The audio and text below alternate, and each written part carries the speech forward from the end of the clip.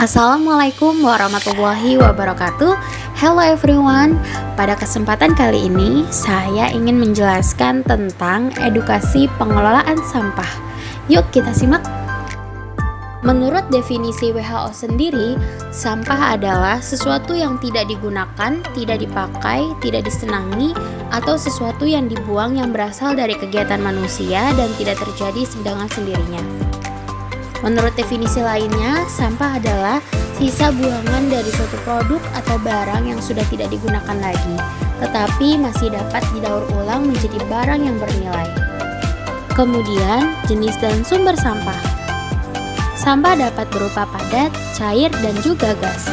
Berdasarkan sumbernya, sampah dapat dibagi atas 6, yaitu ada sampah alam, manusia, konsumsi, nuklir industri, dan juga pertambangan. Namun, berdasarkan sifatnya terdiri dari sampah organik dan anorganik. Contoh yang pertama, sampah alam, yaitu sampah yang diproduksi di kehidupan liar. Kemudian yang kedua, sampah manusia atau disebut juga human waste adalah istilah yang biasa digunakan terhadap hasil-hasil pencernaan manusia seperti feses dan urin atau air seni.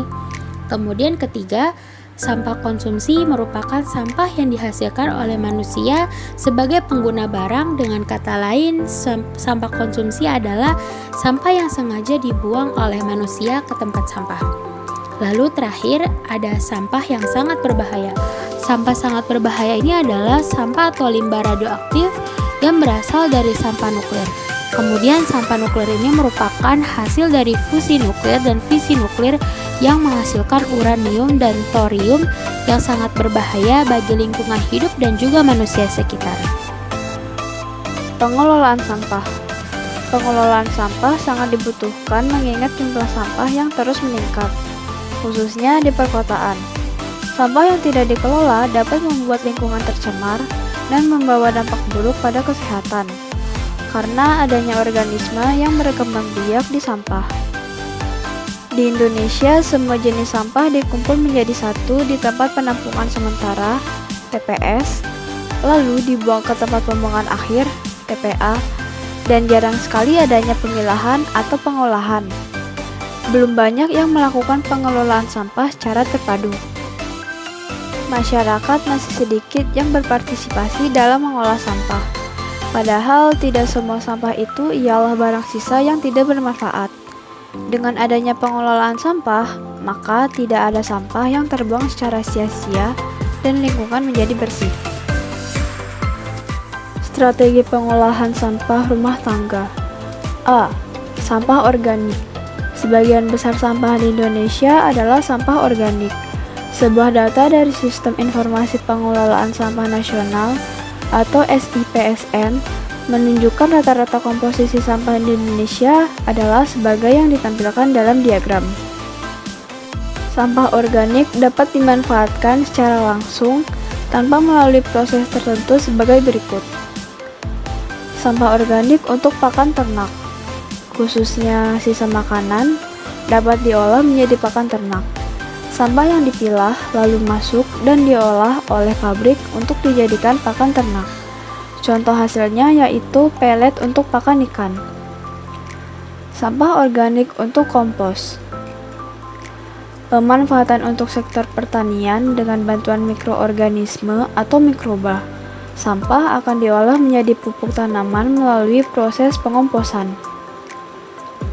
Apa itu pengomposan?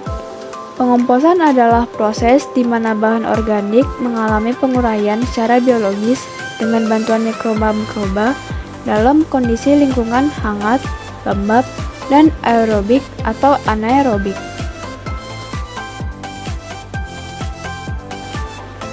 Apa saja jenis sampah yang dapat dimanfaatkan? Pada dasarnya, semua bahan organik padat dapat dikomposkan, yaitu diantaranya limbah organik rumah tangga, limbah organik pasar atau kota, kotoran atau limbah peternakan, limbah pabrik kelapa sawit, dan lain-lain. Sedangkan bahan organik yang sulit dikomposkan adalah tulang, tanduk, dan rambut. Mengapa? Karena mikroba yang dapat aktif adalah mikroba termofilik yang hanya aktif pada suhu tinggi. Manfaat kompos. Sangat banyak manfaat kompos dari berbagai aspek, yaitu diantaranya menghemat biaya dan kebutuhan lahan untuk penimbunan sampah, mengurangi volume sampah atau limbah, mengurangi polusi udara akibat pembakaran limbah, merupakan jenis pupuk yang ramah lingkungan, meningkatkan kesuburan tanah, memperbaiki struktur dan karakteristik tanah, meningkatkan daya serap air tanah, meningkatkan kualitas hasil panen, atau rasa, nilai gizi, dan jumlah panen, dan lainnya. B. Sampah anorganik. Sampah anorganik adalah jenis sampah yang sulit untuk diurai secara alami, sehingga akan bertahan lama menjadi sampah dan akan berdampak buruk pada ekosistem alam di darat maupun laut. Salah satu jenisnya yaitu sampah plastik yang dapat terurai setelah ratusan tahun. Contoh sampah anorganik seperti botol air mineral, kantong plastik, sampah bekas alat-alat elektronik, kaleng, dan lain-lain. Berikut ini strategi pengelolaan sampah anorganik. Pertama, reduce atau pengurangan dapat diartikan sebagai sikap sehari-hari dalam pengurangan menimbulkan sampah. Dapat dilakukan dengan membatasi penggunaan kertas dengan beralih ke digital, mengurangi penggunaan barang yang sulit diurai oleh alam, membeli produk yang tahan lama, dan sebagainya. Kedua, reuse atau menggunakan kembali. Artinya menggunakan kembali barang bekas tanpa memprosesnya terlebih dahulu, misalkan menggunakan kembali kemasan botol kaca. Ketiga, recycling atau mendaur ulang. Daur ulang dilakukan dengan beberapa kegiatan, yaitu pemilahan, pengumpulan, pemrosesan, pendistribusian, dan pembuatan produk atau material bekas pakai. Contohnya sampah plastik didaur ulang menjadi produk kerajinan tangan, seperti tas belanja, wadah, mainan, dan sebagainya. Kelima, nilai ekonomi sampah. Sampah memiliki nilai ekonomi jika mampu mengolahnya dengan metode yang baik, yaitu dengan dipilah dan diolah sesuai yang dibutuhkan. Sampah yang dibuang lalu dipilah untuk memisahkan antara sampah plastik, metal, dan kaca. Adapun manfaat yang telah dirasakan oleh banyak kalangan bahwa sampah memiliki nilai ekonomi. Pertama, pemulung. Mereka memanfaatkan sampah lalu dikumpulkan dan menjualnya kepada para pengepul. Kedua, industri rumah tangga. Mereka memanfaatkan sampah yang tidak terpakai dirubah menjadi produk baru yang memiliki nilai ekonomi. 6. Dampak tidak mengelola sampah. Sampah yang tidak dikelola dengan baik akan menimbulkan dampak bagi manusia dan lingkungan, seperti dapat menurunkan tingkat kesehatan, mengurangi estetika, menimbulkan bau tidak sedap baik pada ekosistem perairan maupun ekosistem darat. Dampak sampah terhadap kesehatan. Lokasi pengelolaan sampah yang tidak terkontrol dapat menjadi tempat berkumpulnya hewan yang dapat menjangkitkan penyakit bagi kesehatan, seperti 1. Penyakit diare, kolera, tifus, dan demam berdarah. Kedua, penyakit jamur kulit. Yang ketiga, penyakit yang dijangkitkan oleh cacing pita. Yang keempat, sampah beracun. Yang kelima, telah dilaporkan kira-kira 400 orang meninggal akibat mengkonsumsi ikan yang telah terkontaminasi oleh raksa. Selanjutnya, dampak sampah terhadap ekosistem perairan.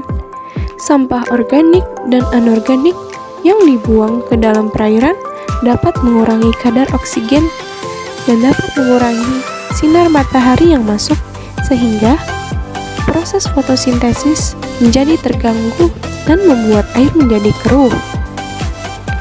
Cairan rembesan sampah yang masuk ke dalam drainase atau sungai akan mencemari air sehingga organisme termasuk ikan dan makhluk hidup lainnya dapat mati bahkan lenyap. Pengurangan sampah yang dibuang ke dalam air akan menghasilkan asam organik dan gas cair organik seperti metana. Selain menimbulkan bau yang kurang sedap, gas ini dalam konsentrasi tinggi dapat meledak. Selanjutnya, dampak sampah terhadap ekosistem daratan. Sampah yang dibuang ke dalam ekosistem darat dapat mengundang organisme tertentu untuk datang dan berkembang biak, terutama yang memanfaatkan sampah organik seperti tikus, lalat, kecoa, dan lain-lain. 7. Penutup atau kesimpulannya yaitu pengelolaan sampah sangat penting dilakukan karena jumlah yang terus bertambah, namun partisipasi masyarakat dalam mengelola sampah masih sedikit. Oleh karena itu, perlu strategi pengelolaan sampah rumah tangga yang bisa diterapkan pada sampah organik yang sederhana seperti sisa makanan menjadi pakan ternak, membuat kompos. Sedangkan untuk sampah anorganik yaitu dengan 3R, yaitu reduce, reuse, dan recycling.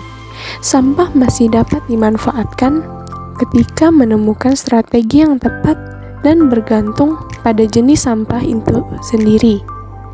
Sampah juga dapat bernilai ekonomi ketika tepat pengelolaannya, seperti menjual kembali kepada pengepul dan industri rumah tangga. Dampak tidak mengelola sampah akan berdampak pada manusia dan lingkungan.